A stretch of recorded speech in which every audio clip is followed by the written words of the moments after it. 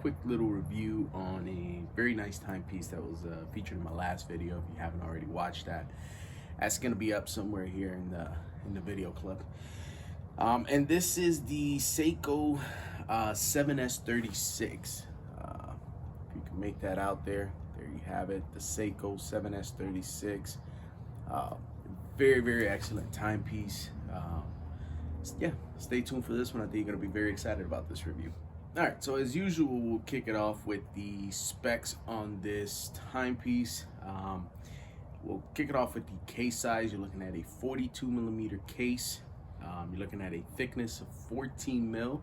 Now that 14 mil is in part because this is a domed Harlex crystal, so that dome effect adds a little bit to the heft of the watch. Plus the exhibition back as well kind of protrudes out a little more than usual, but nonetheless this is a very wearable watch. It's not too big, not too thick. It's nice. So yeah, we have a let's take a look here. We have the movement on this is the Seiko caliber 7S36, if I'm not mistaken. Yeah. So actually, I'll backtrack here on the model number of this watch that we're reviewing. This is the SNZH57. I got the model number and the movement. The movement on this is the 7S36, which I believe is the same movement that's in the SNK. But yeah, so there you have it for the movement on this. Has a power reserve of about 40 hours. You do get a date complication as well with this movement. No seconds hacking, no hand winding. Yeah, that pretty much sums up the movement in this timepiece. We'll move on here to my take on this watch and the pros and cons of this timepiece.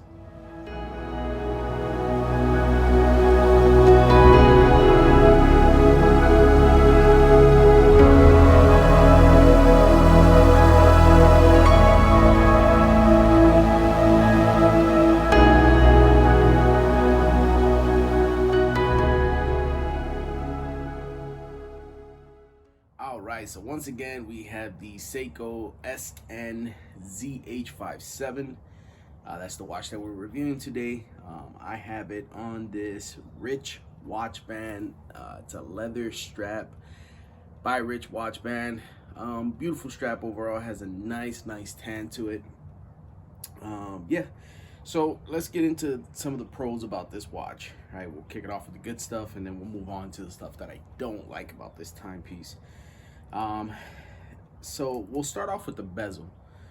As usual, Seiko never disappoints in the bezel action department. I think this is a very nice bezel overall. Not much play at all. It's a slightly, and I'll see here if you can make that out, but there's a slight little play with this bezel. Nothing that's not. Oh, you know what? Quick wrist check. So this was also featured in my last video. This is the Invicta Pro Diver Smurf. That's what's on the wrist today. Get another close up there. There you have it. All right. So yeah, moving on back to this and some of the pros on this, right? So this the bezel insert on this watch is a Harlex bezel insert, so it's gonna really hold up very well to the test of time. I think Harlex is pretty hard material.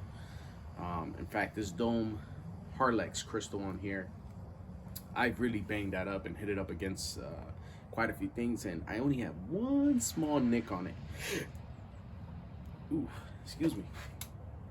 Anyways, I love this exhibition back here. Allows you to make out that 7S36 movement that's in there, which I believe, once again, it's the same movement that's in the SNK, and then also the same movement that's in the, yeah, I think it's the SNK, yeah. So, yeah, there you have it. Beautiful dial. I mean, you can take a look at it's not too busy. You have the nice gold applied indices. It's got a decent amount of lume on it. Nothing that's gonna blow your socks away, but it's a decent amount of lume nonetheless. The hands, beautiful, beautiful sword hands. I'm pretty happy with the finish overall on this case. I do like, if you take a close look there at that case, I love the way the case has like this bubbly effect to it, if that makes sense. Very rounded case along the sides. Yeah, so you know, the lug width on this is I believe this is a 22 millimeter lug width. Yeah, this is a 22 millimeter lug width, so it's not that hard to find bands for this watch. The finish, once again, is a very excellent finish. I think Seiko never really fails to impress in that department. They never disappoint.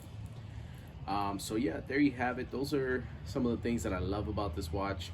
It does keep great timing. I mean, that's really to expect from Seiko. So some of the things I dislike about this watch, you know, and it's really going to tie back to the movement. I'm not too happy with the fact that this is a push-pull crown, so you don't have a screw-down crown. It's going to affect your water resistant, even though this is rated at 100 meters of water resistant. I don't like the fact that you can't seconds hack on this when setting the time, so it's kind of hard to get really precise timing on this watch. Yeah, that's about it. The loom, it's left a little bit to be desired, you know, especially coming from Seiko, and the fact that Seiko is known for having the best loom in the game, and this one not so much. I have some other watches that are, in fact, my Orient TriStar has better loom than this. But anyways, I guess I'm nitpicking at this point, right? I did pick this up originally about 7 months ago. I picked this up for about 135 bucks.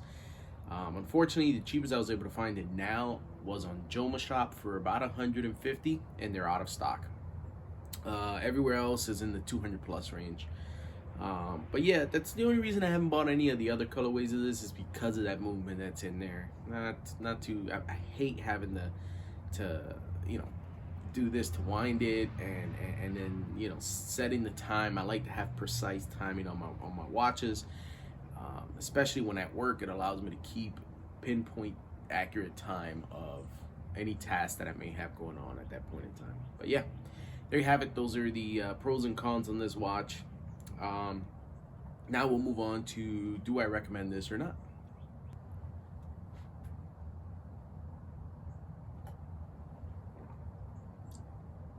Okay, so moving on to the part that we all wait for in the video.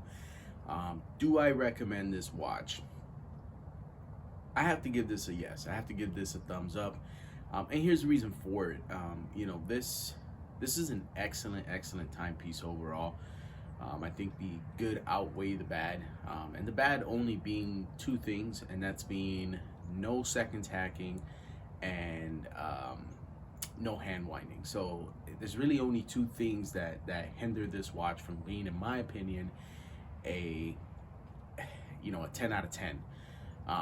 So therefore, I think this is definitely a must have in the collection. I highly recommend throwing this into your box.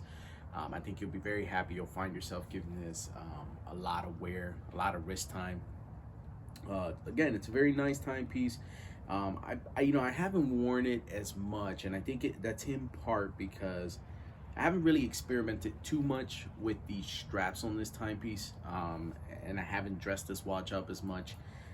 So recently I found myself throwing it on this leather strap, and then maybe a NATO strap, and just kind of messing around with different straps and see what I get from that. In my last week's Wednesday Watch Me Talk segment, I talked about one of the most important things that a newbie watch collector can do, and that's buy straps. Buy as many straps as you can. Dress your watch up as much as you can, because you'll find yourself giving your especially a watch that you haven't used in a fairly long time. When you throw it on a strap or a different band, you find yourself sparking up that desire for that watch again, and wanting to wear it again. And that's in part because, believe it or not, you know, this gives it a different vibe. This came on a pretty mediocre bracelet that I took off day one. So, But that just goes to show you what a strap can do for a watch. Again, I highly recommend this. I think this is a great timepiece overall. You get a lot of value for your money here. And if you can pick this up under 150 bucks, you got a good buy.